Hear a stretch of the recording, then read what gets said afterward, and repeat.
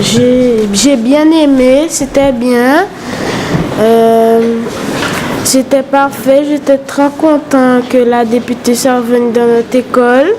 J'espère que peut-être on gagnera, que notre loi sera appliquée et que je suis très content que Madame la députée soit venue voir notre règle pour l'appliquer peut-être. J'espère qu'on va gagner.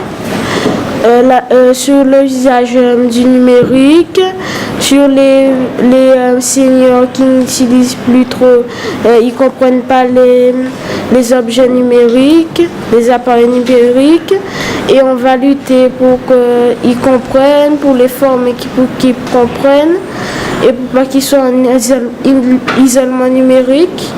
Donc c'est important pour nous d'être à leur écoute, de leur expliquer ce qu'est un député, comment ça fonctionne, comment il travaille, comment fonctionne l'Assemblée. Et puis surtout leur faire découvrir une proposition de loi qu'ils auront eux-mêmes écrite, qu'ils auront eux-mêmes pensée sur une thématique particulière, ça c'est l'accès au numérique. Et de faire que nous puissions nous les accompagner dans la démarche d'avoir une proposition de loi qui corresponde à une proposition de loi particulière, surtout que ces propositions de loi, celle qui sera choisie, sera véritablement mise en application. Là, c'est pas seulement un jeu, c'est pas seulement un accès véritablement à l'éducation, c'est que le texte qui sera choisi en définitive parmi les 577 textes sera vraiment appliqué avec une loi qui correspond à ce que veut la population. Et si vous voyez la demande des Gilets jaunes maintenant, qui de dire que c'est de la démocratie participative, on est en plein de la démocratie participative. Un texte qui sera pensé par des enfants, qui sera appliqué et qui aura véritablement une application immédiate. Ah si, les enfants sont curieux, ils veulent tout savoir de vous. Ils veulent tout savoir de votre engagement, ils veulent également comprendre comment ça se passe, comment ça fonctionne. Vous avez vu des questions qui étaient très variées, mais qui répondent véritablement à leur désir de comprendre et de connaître. Ils sont à l'âge, effectivement, où le message doit passer. On a tellement de difficultés maintenant avec la jeunesse qui se désengage, qui ne croit plus aux institutions. Je crois que c'est aussi notre rôle de les conforter, de les rassurer et de leur faire voir que les institutions existent et qu'elles sont nécessaires et importantes pour bien faire vivre le pays. Alors, on le reçoit positivement puisque, bien sûr, nous sommes une école de l'éducation prioritaire. Donc, évidemment, tout ce qui est éducation prioritaire souvent souffre d'une mauvaise image. Et on va dire les nouvelles tendances sont à la valorisation des travaux des enfants.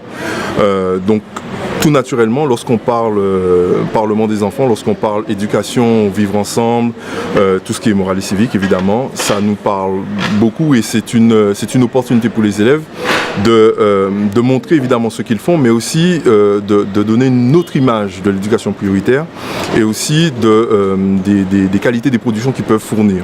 Donc c'est une manifestation qu'on reçoit positivement et qui permet évidemment de travailler un champ très large de compétences du socle commun.